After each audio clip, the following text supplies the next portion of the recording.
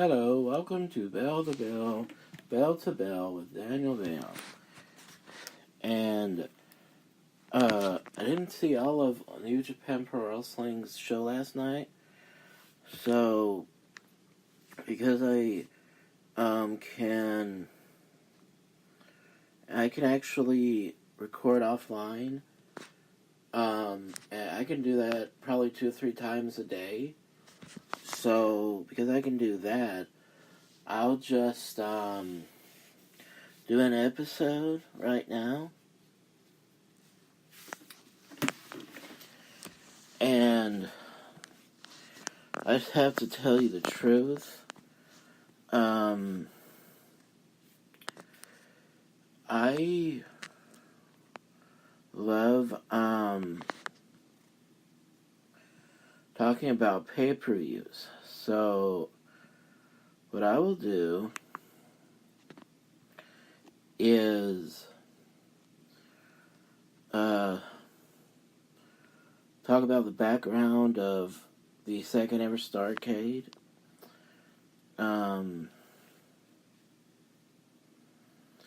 For 20 years, from the 60s to the 80s, it was tradition for the NWA member Jim Crockett Promotions, run by Jim Crockett Jr., to hold major pro wrestling events at Thanksgiving and Christmas. And it was, of course, to anybody who followed wrestling at that time, or pro wrestling, I think that's how you pronounce it. It was often at the Greensboro Coliseum in Greensboro, North Carolina, in the center of Virginia, North and South Carolina territories, or territory, as it's written right here. And I think they said that they tried this several years ago in TNA when Bobby Roode main evented Bound for Glory, and it might have been against Kurt Angle, but I'm not sure who it was. And what they tried was doing what they used to call closed circuit TV. There were some theaters around the state that was hosting Bound for Glory that would air Bound for Glory in their theaters. But in these days, the closed circuit TV was on, for instance, in select. When I shouldn't say theater, I should say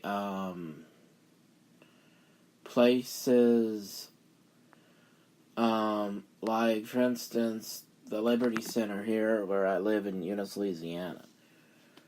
That is considered a theater, but it's a live theater. It's not a movie theater. So, you would see it in places like that, or you would see it on a TV in a public place, in wherever they were hosting the event at that became known as a pay-per-view. They didn't really write how the matches were set up. They just said that there were already pre-existing storylines in the show.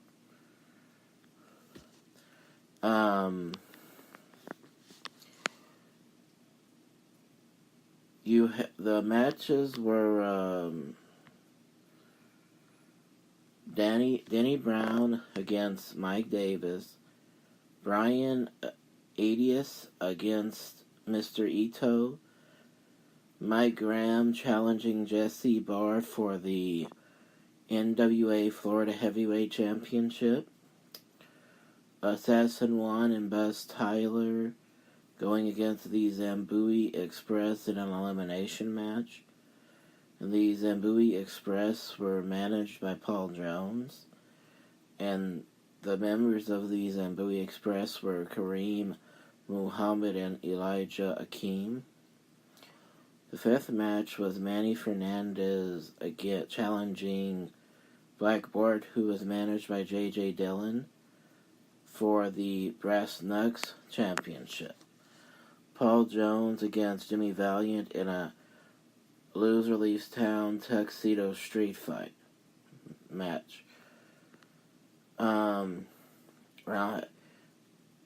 I gotta be honest, I'm not sure. Like, I think that the point of that match, because Paul Jones was not a wrestler, or if he was, not a very good one from my understanding.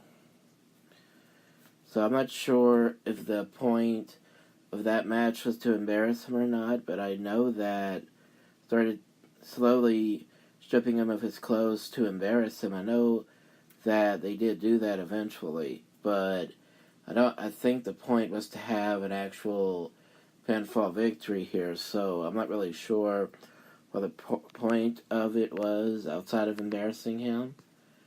But I know that that the idea was to end their storyline against each other. So in a sense, it was great. It was great to it was an interesting match just to see how it would end.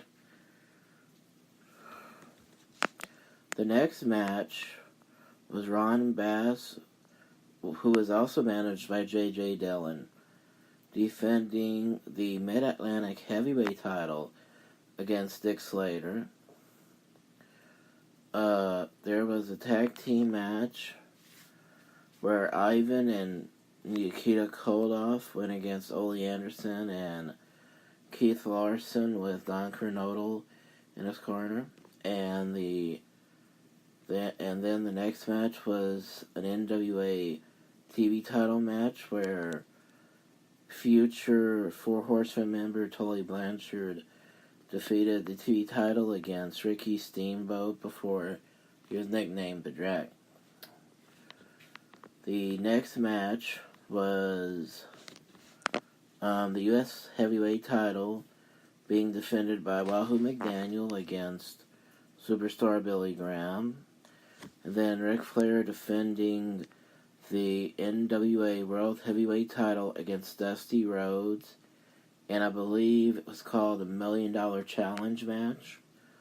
And it just so happened to have boxing great Joe Frazier as a special guest referee. Instead of saying who won, I'm going to say how they won.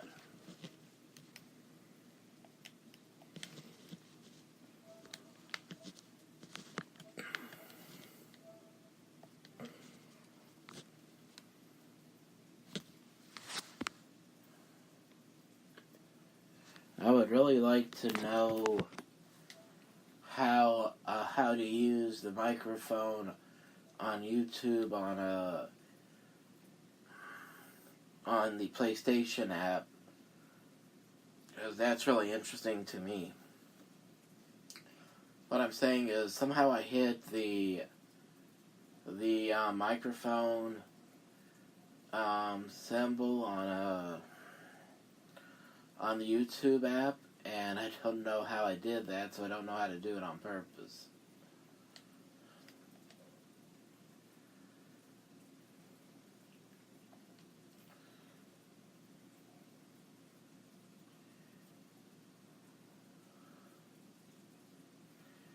Because people usually remember the end of a match, just like they remember the end of a movie. Instead of watching an entire match, so I already did a full-blown podcast for this in the past, I'm just going to say how it ended. I don't know if y'all can hear the audios, but I'm gonna take it off so that I don't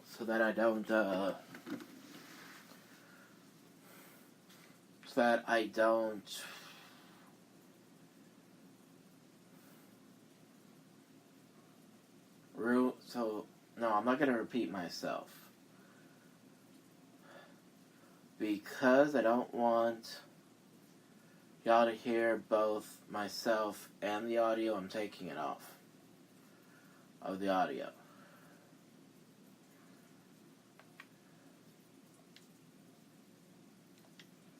I will, however, put the closed captioning. Hopefully that will help know what's going on. Gotta rewind it a few minutes.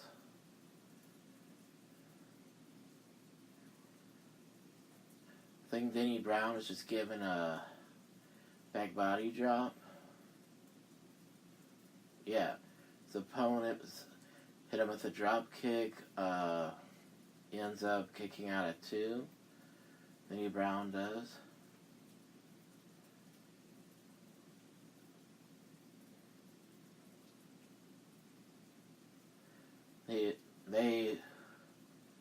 One of the announcers said that to this point he seemed to have an easy time getting these men to listen to him.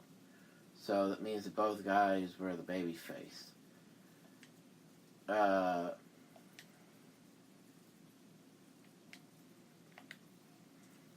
Mike Davis just knocked down by mistake by Denny Brown. Almost like an accidental crossbody. So the reason I was doing all that was because I was right. In this part of the in this video of the pay-per-view, they have dots up for the beginning and ending of each match. And I just hit the red dot that shows that it's over and it's still ongoing, so I wanted to see if it had ended at that point, which it didn't. By the way, Mike Davis just hit Denny Brown with a right hand. Put him into the corner.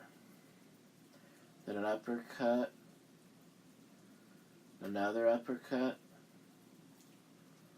An Irish whip. A reversal back into the corner.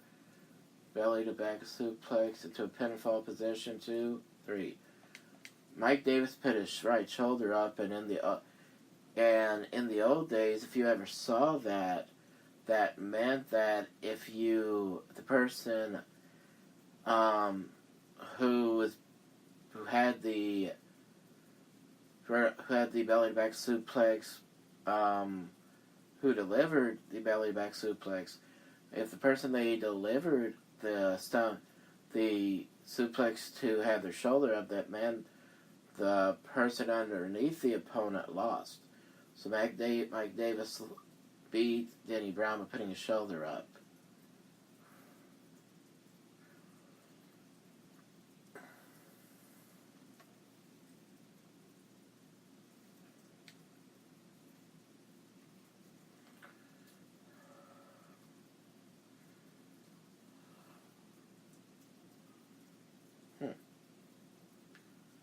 Mike Davis was the World's Junior Heavyweight Champion, which I know I just read that, but for some reason I forgot as quickly as I read it. So anyway, by putting his shoulder up, he keeps the World Junior Heavyweight title. Mr. Ito against Brian Adias is next.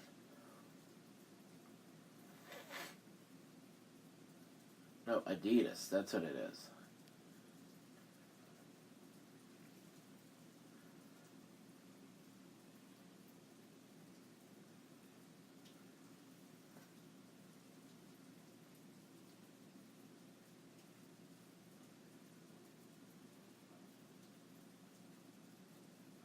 Airplane spin by Brian Adias. 1, 2, 3. Beat Mr. Ito.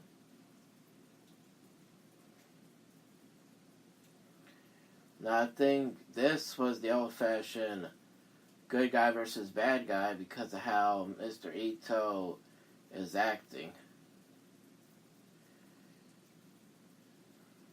claiming that Bryan pulled his tights when he obviously didn't. So all he did was put him on his shoulders and spun around with them. So there's no way he cheated. The next match is Mike Graham against Jesse Barr.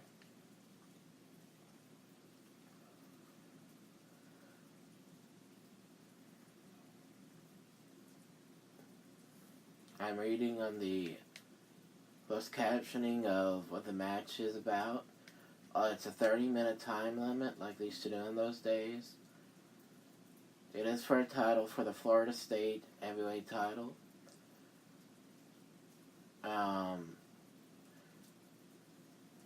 Mike Graham, 235 pounds, the former champion, going against the current champion, who was from Oregon, named Jesse Barr, 233 pounds. And I think Mike Graham, well, first he put on the figure four. This is close to the end.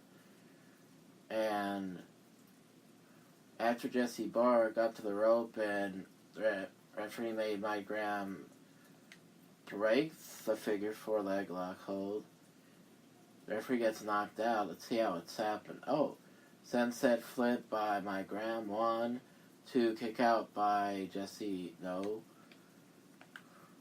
Kick out. Yeah, Jesse Barr. I was right. I think he should have been disqualified for this because it looked like Jesse purposely threw Mike into the referee.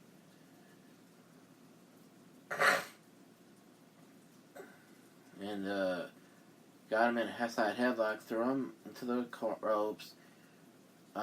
Jesse came back to him, a block takedown.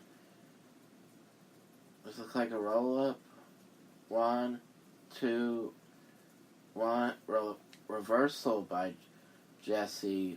He's pulling the tights, it looked like. Still a kick out by Mike Graham.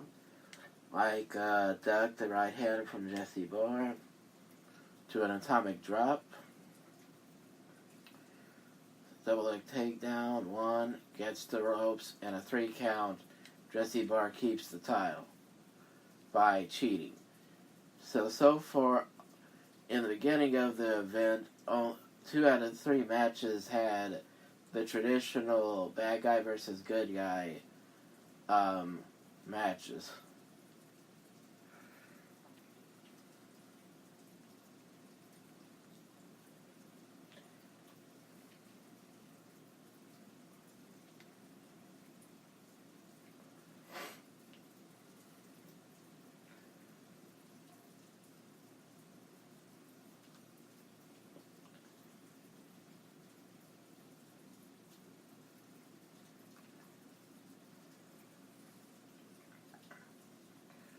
And actually, I forgot that there was what I believe to be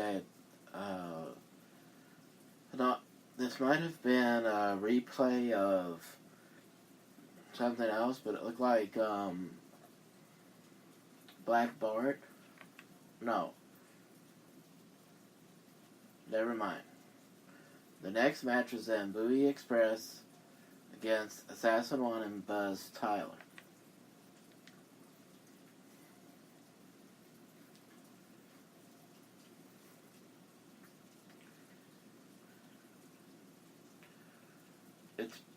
It's obvious that Paul Jones, being the manager of the Zambui Express, it's obvious that the masked assassin that was going against the Zambui Express had turned babyface before this event happened. I think this was a double count out. So, today's day and age, we would call this a no contest. Let's see what they called it back then. Oh. There wasn't a count out, okay. Assassin pinned one half of the Zambui Express and won the match for his team, the whole thing broke down. So this was an exciting match as far as the ending goes. So it's very important to book matches and to say who to win and lose, but let the whole match transpire between the people in the match. Because it can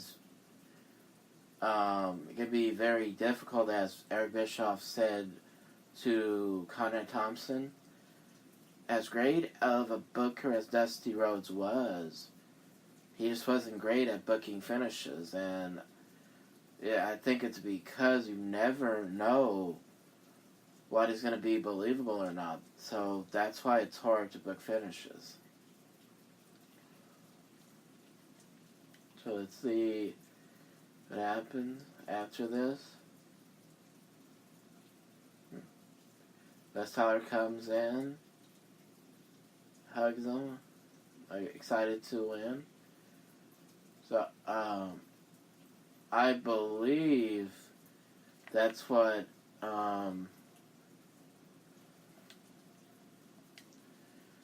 leads into Paul Jones going against Manny Fernandez. No, I'm sorry. It's not until later on.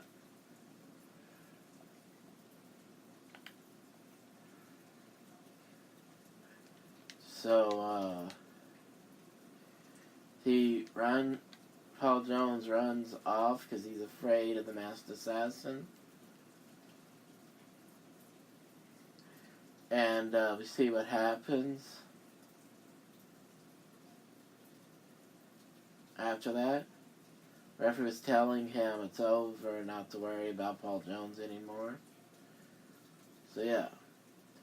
It's not even the assassin or his tag team partner that goes against Paul Jones later on. It's somebody else. So he really has no reason to want to continue this problem with Paul Jones. Manny Fernandez against Black Bart is next.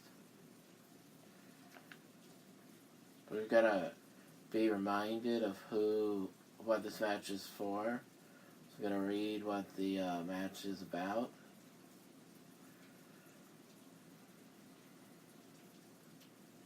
It's the Brass Knuckles Championship of the World. And there must be a winner, so there's no time limit. And it was anything goes, of course. It's Brass Knuckles title. And the challenger was actually one half of the tag team champions from El Paso, Texas, Manny Fernandez, the Raging Bull, at 240 pounds. Then Black Bart is a champion. Ooh. Talk about anything goes, he was bleeding. Ooh, that's not good.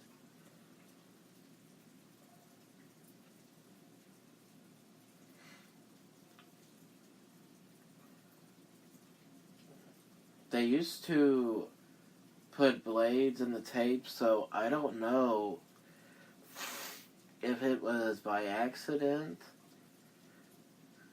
or if it was...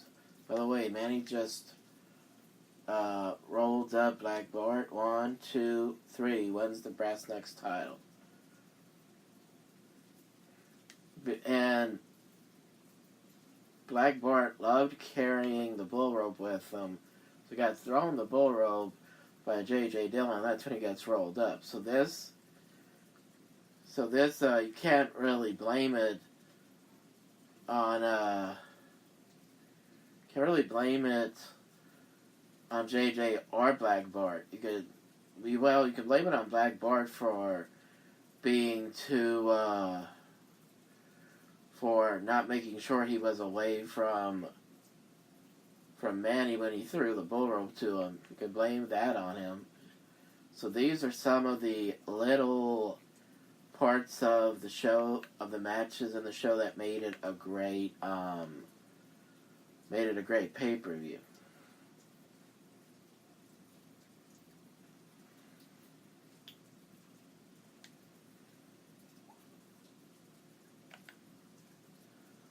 Okay,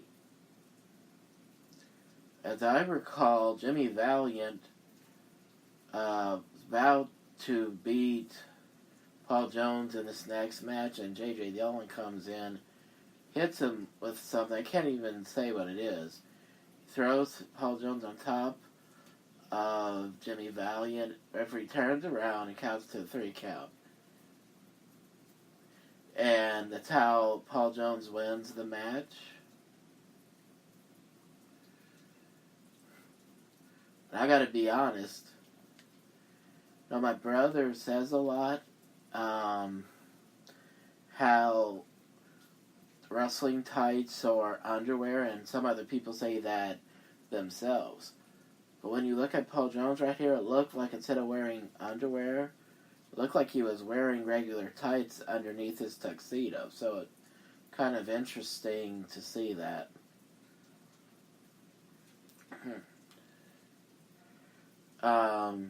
What's really even more interesting as I get through talking about the end of the matches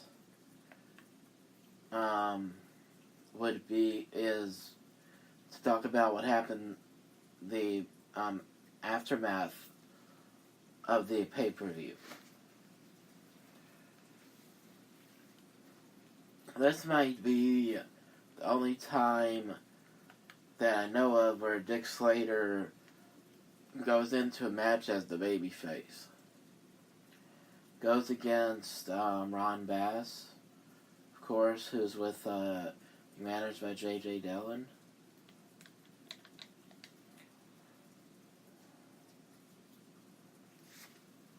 The announcer starts the introductions. So the next event of the evening is for the Mid-Atlantic Heavyweight title. And it's going to be a 45-minute time limit match. I believe it's Ron Bass, who's the champion. I think J.J. Dillon tries to cost Dick Slater the match, but Dick Slater catches him and he gets body slammed by Dick Slater.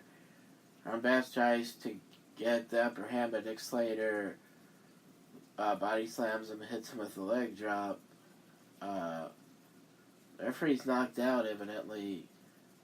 I think he saw what J.J. Dillon did, so no, disqualified Dick Slater. Obviously, he saw him break the rules somehow. Oh, over the top rope disqualification was still in effect when he threw Ron Bass over the top rope. Referee disqualified him because he saw that out of the corner of his eye. So winner and still champion, Ron Bass. I was hearing this in New Japan during New Japan's show last night that rules have really, I forgot the exact words that I can't believe I forgot the guy's name. Jim Ross is play-by-play partner in New Japan. All I know is that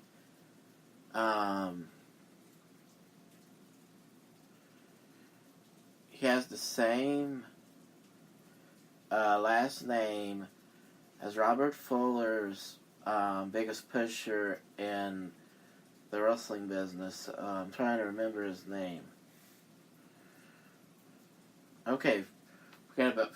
Just scratch that. I forgot his name, so I'm not even going to try to guess. But his partner said that, in so many words, that having rules has really been, it's like you don't know what the rules are anymore because it's long been, I don't know if you say forgotten or if you just say, that it's really not a concern for a lot of people anymore. Very rarely do you ever see a disqualification anymore. And that's in places like MLW and Impact Wrestling. So the over-the-top rope disqualification, I understand them dropping that because of how different the business had gotten. But when it gets to the point where you don't even have simple, when you can't even,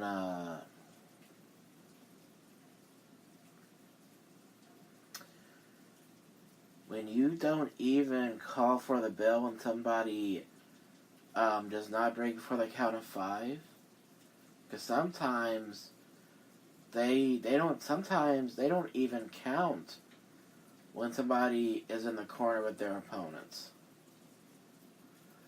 So that's really why I think they never should have. I think they should have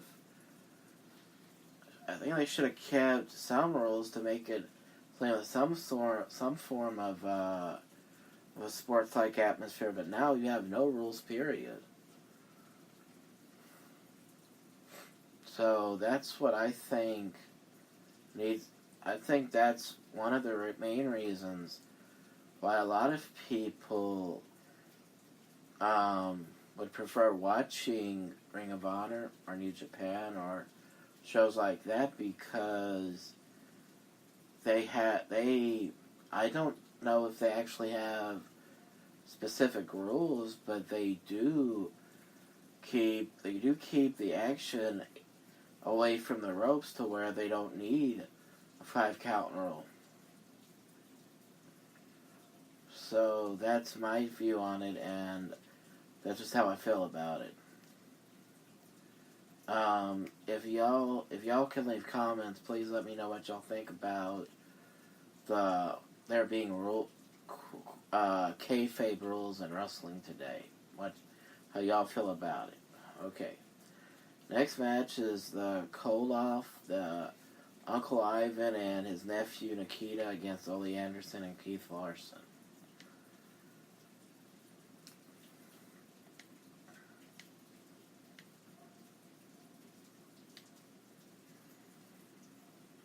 Okay, the security, which were the cops, of course, they're leading, I'm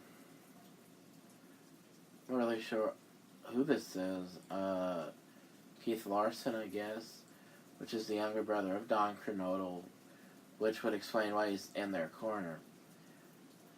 And, Ole Anderson, I think, just got in the ring. Yeah, he just got in the ring. So I'm gonna have to wait until the Koloffs are out there.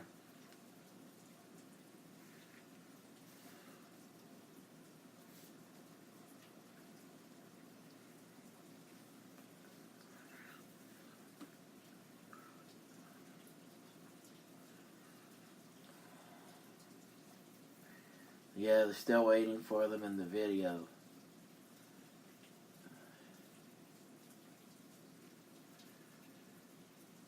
And I'm sorry about the news format. I didn't think I would have time with talking about the pay-per-view, so what I will do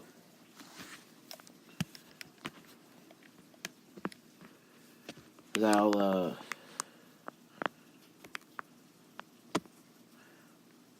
go to the website.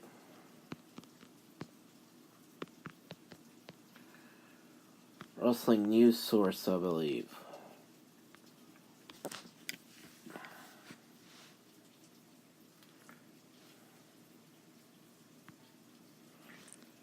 Okay, now that I got that, now that I'm at that website, let me continue. You can see in the dark part of where the audience is, that Koloff's walking through the audience. One's actually got, I think Ivan's got a chain around his neck.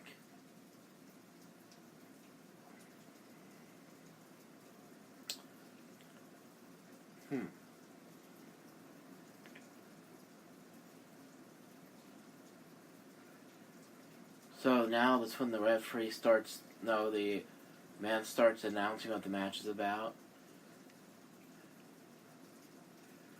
It's a special grudge match, a tag team match, set for 45 minutes, with one fall. And as usual, they say they're from the USSR, and they're at a combined weight of 520 pounds. Always found that to be interesting. Then finding out how they put the term build weight. There were a lot of times where a person either seemed to be smaller or heavier. That's why it's important to know today that that's why we call it acting. Ole Anderson is 255 pounds. And going back to what my statement from, I guess, a second ago, or 2 seconds ago, how it's important to remember that it's acting is because when I would see build weight, I used to think that was another way of saying what their weight was said. I didn't realize, and I'm not really sure when I started realizing it, but I never realized before, at least now, that build is another way of saying just written in. That doesn't mean it's true. And let's see what they say about his tag team partner. The Tar Heel State of North Carolina. His partner was 215 pounds. Which means if they had a light heavyweight title, he could have been great for that division.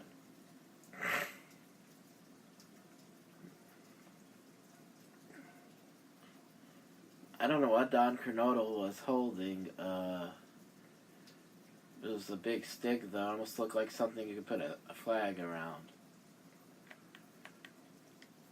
Let's see how this ends. Ivan is the legal man, with Ole arguing with the referee, so obviously, I'm not sure what happened. Nikita just knocked down Don Kernodle, so Ole went outside after him. If Ole's not careful... I was about to say if Ole's not careful, he could get them disqualified. But Keith Larson just got decked with the chain, so instead of worrying about Ole getting disqualified, instead of Ole worrying about getting disqualified, he needed to worry about Keith getting pinned instead of worrying about Nikita. Referee turned around, 2, 3. They lost the match. The referee was Tommy Young, and he was actually, I think he was considered to be one of the best referees of that time. Nick Patrick, too, was considered one of the best. Not just, and I know a lot of people would say they count the matches. How important is that, really? Because I know some people might wonder that, and to me, I think it's just as important to have a referee that understands the psychology of the ring as the match itself, to understand the psychology and how to carry it beyond, how to, if the people in the ring are not confident something is going to work, the referee can guide them through what they're doing, and tell them how to make it look real, to where the fans can't tell that they don't know what they're doing. So that's what I think is important for a referee to know those things. Why I think it's important. Because he can help the guys when they're not confident in what they're doing. And the next match is for the TV title, Tully Blanchard against Ricky Steamboat, with a 60-minute time limit match, which is actually 4 times the normal time limit. But because it's Starrcade, I can understand them going 4 times the regular amount for a title match. As everybody knows, anybody who's ever watched a Ricky Steamboat match knows not only that he's was a high flyer, but they know that his most popular move, may have been considered his finisher, was the crossbody press. So that's what I'm expecting him to go for right here. He pushed Tully off the top. He blocked Tully, giving him a superplex, holding on to the rope. Then he pushed him off. Goes to the top rope. Looks like he's going for a splash. He gets it. 1, 2, left shoulder up by Tully Blanchard.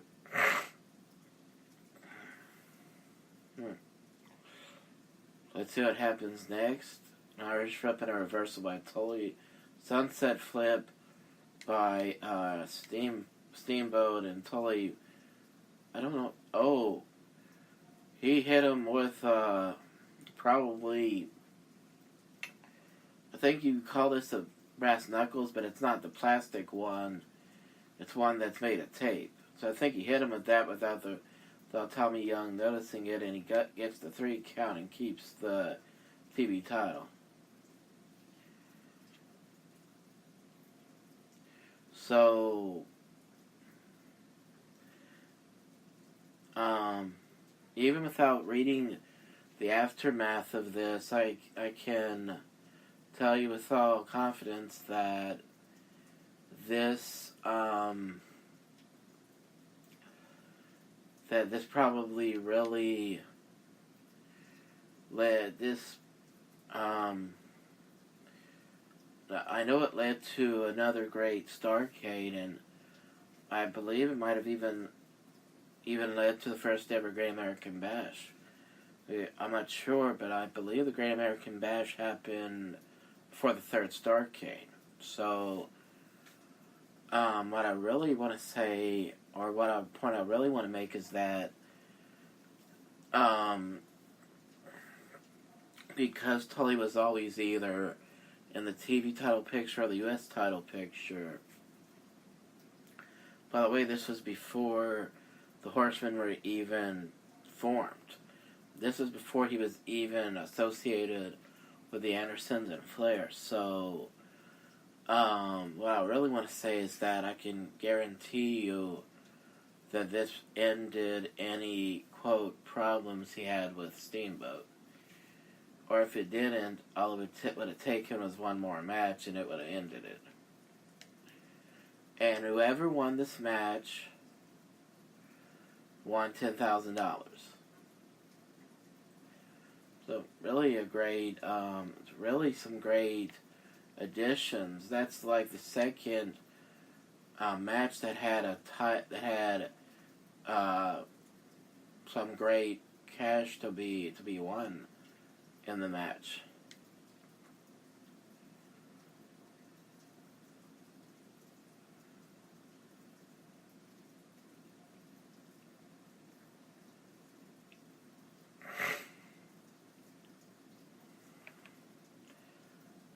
The next one is Billy Graham. I think he was U.S. champion going against Bob McDaniel.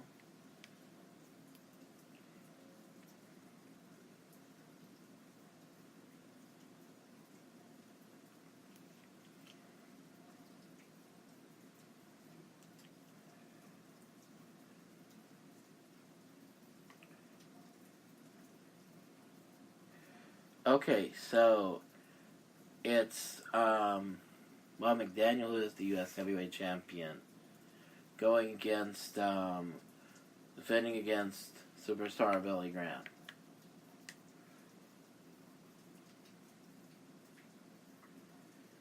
This was, I remember Superstar Billy Graham talking about this in a story back about, say, 2003, 2004, when he was inducted into the WWE Hall of Fame. He said that this was the time when he shaved his head off altogether because of how much how much of a receding hairline he had and how much hair he was losing already. How rapid hair loss was.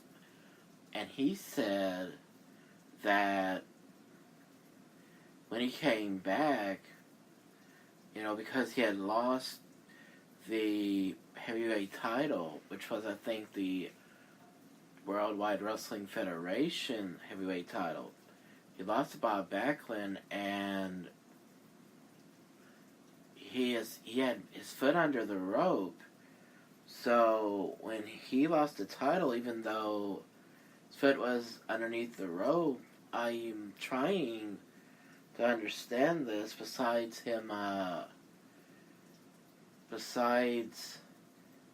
him getting so caught up in his character that he lost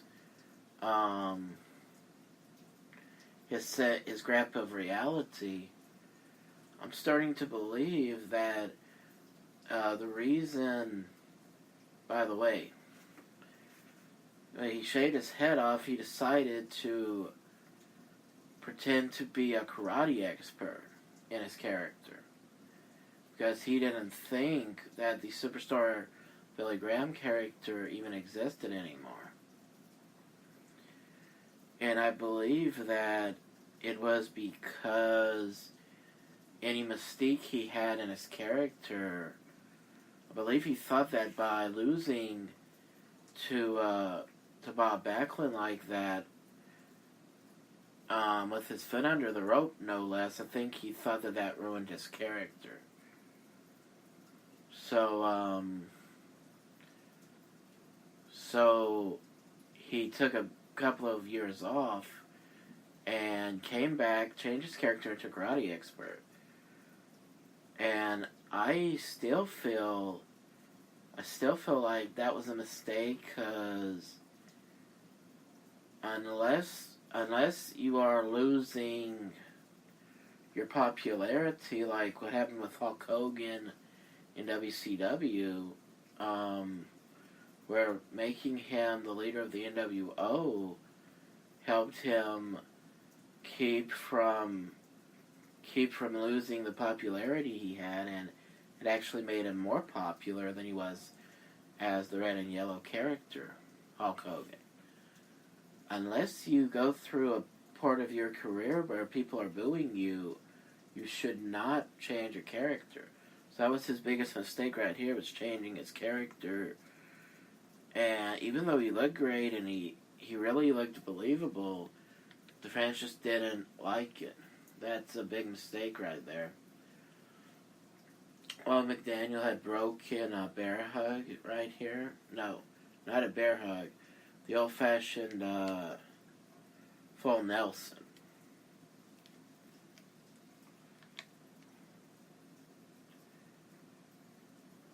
And given the Irish whip by Superstar Billy Graham, hit with an elbow and a forearm at the same time, then an elbow drop. Standing elbow drop. Cover to kick out by Wahoo. Left hand.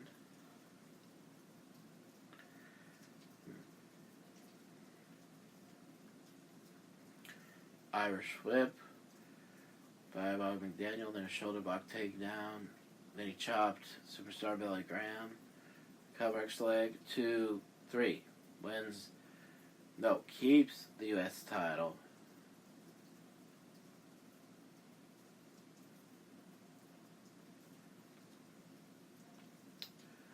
They called it a tomahawk chop.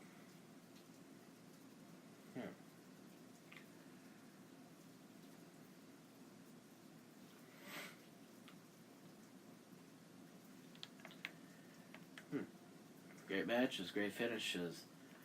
Dusty Rhodes had gotten busted open to the point where it was almost in his eye. So, where it could have caused him vision problems. So Joe Frazier stopped the match, and Ric Flair not only keeps the title, but wins $1 million. So I'm going to keep this on here. No, I don't need to. Like I said, I'll just read about the aftermath.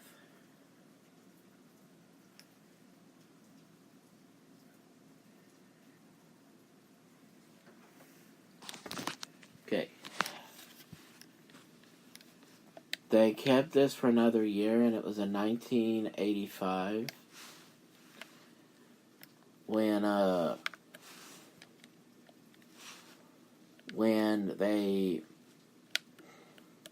next Starrcade, which I'm gonna have to read it after I read about after I watch WrestleMania and talk about it. I'm gonna let me restate that.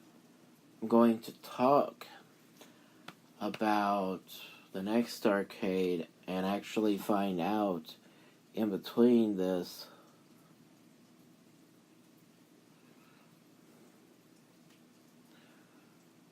okay. I have to just actually I'm gonna have to look at the network app itself on my iPad, because the iPad gives you a chronological view of the pay-per-views.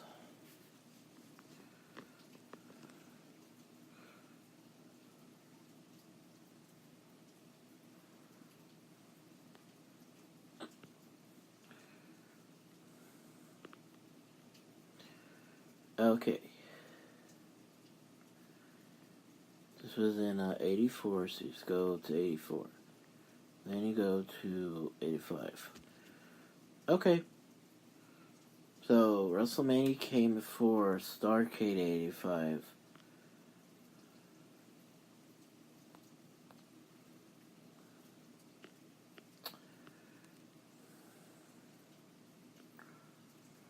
WrestleMania, they were smart to know that the fans wanted to see more than one event a year, or more than one pay-per-view quality show a year, more than one. So after the first WrestleMania in March 31st, right before the next Starrcade, they produced the Wrestling Classic. So that's actually why I love doing these shows, why I love the network. So a lot of times I watch, but I forget. So that's why I love doing this. Okay. I believe I got off of the Starrcade 84 page of Wikipedia, so I'm gonna have to go back to it. Okay, there is no aftermath.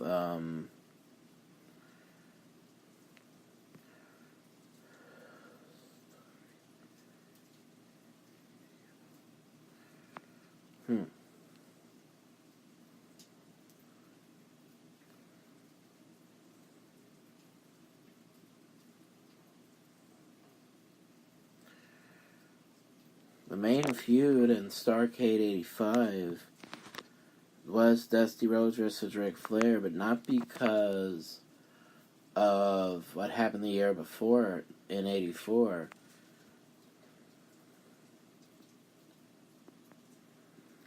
In fact, I don't even know if or who Ric Flair lost the title to and beat the title for Starrcade 85. But when he went against Dusty Rhodes, this was after he and the Andersons, Arn and Ole, assaulted Dusty in the steel cage in the Omni in Atlanta, Georgia. That was the main storyline in this entire pay-per-view, so that's actually why I think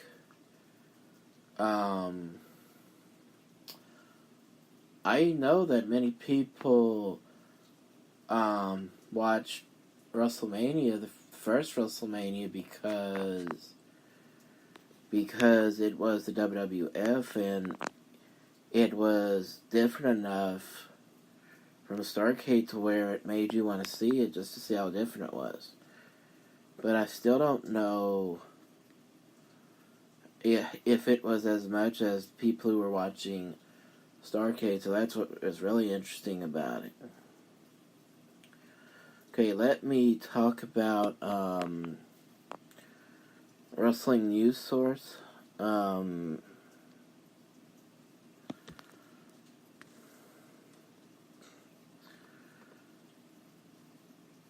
Today is the 8th, I believe. It's 3:26 in the morning, so it's got to be the 8th.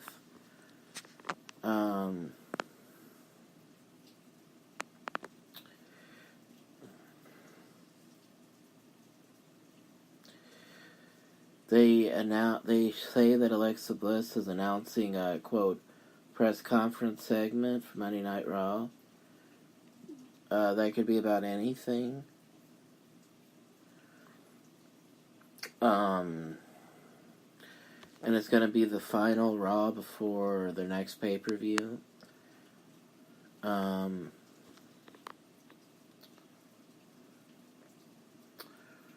Which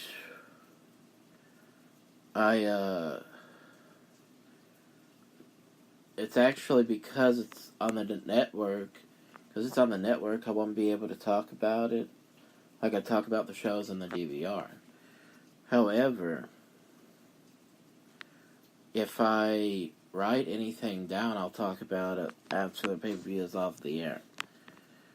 But anyway, that's going to be really interesting, especially now that there's a possibility that Miss Bliss will come back to the ring as a competitor. And they said, according to the presser, it sounds like it will center on the TLC match between Nia Jax and Raw Women's Champion Ronda Rousey.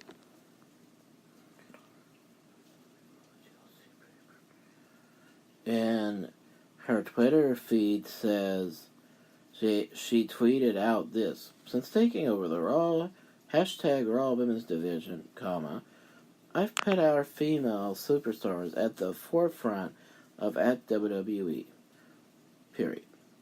So before at Nia Jax WWE and at Ronda Rousey face off at WWE TLC, holding a press conference that may actually use some of your questions. Use hashtag Ask Alexa. Three dots and she puts and make them good. So that's going to be interesting.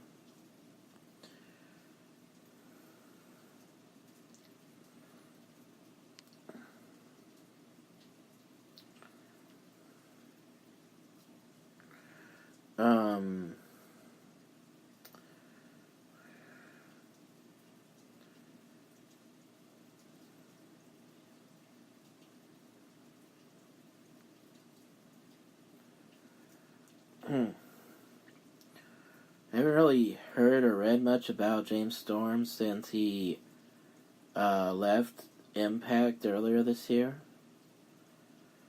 So this is really a surprise to me because I didn't even know he was doing any book.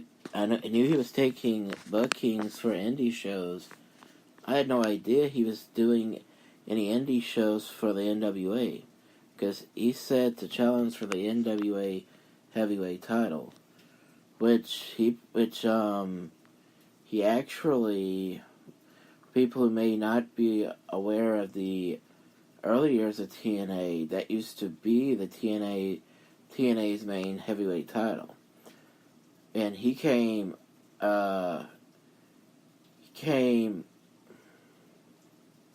this close. I can't really describe how close it was, but if he had beaten Chris Harris, back in, I believe it was 2007, then he would have, at that moment in time, it looked like the King of the Mountain match was going to be for the NWA title.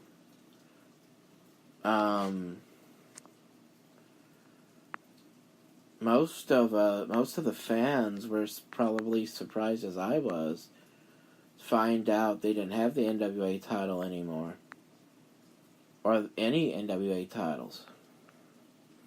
That's when they first brought out their own titles that they had for a few years, but didn't have a reason to use them. So, he's Nick Aldis's next challenger for the NWA World title in Clarksville, Tennessee on January 5th next year at the Wilma Rudolph Event Center.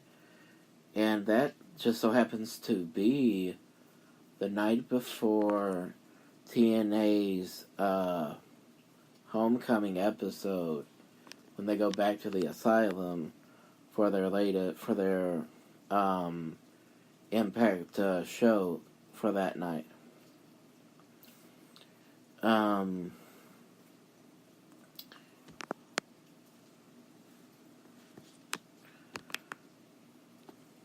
I really don't know of anything else. I really don't know of anything. Let me restate that. I don't know what else would be considered a big time news item to read about or to talk about.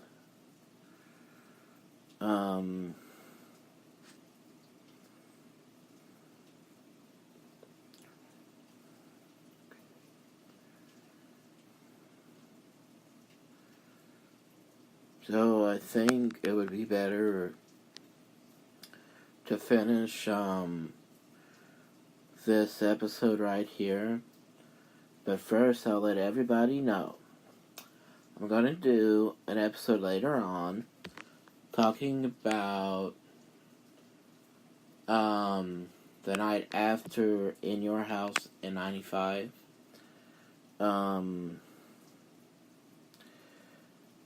And that would be like the third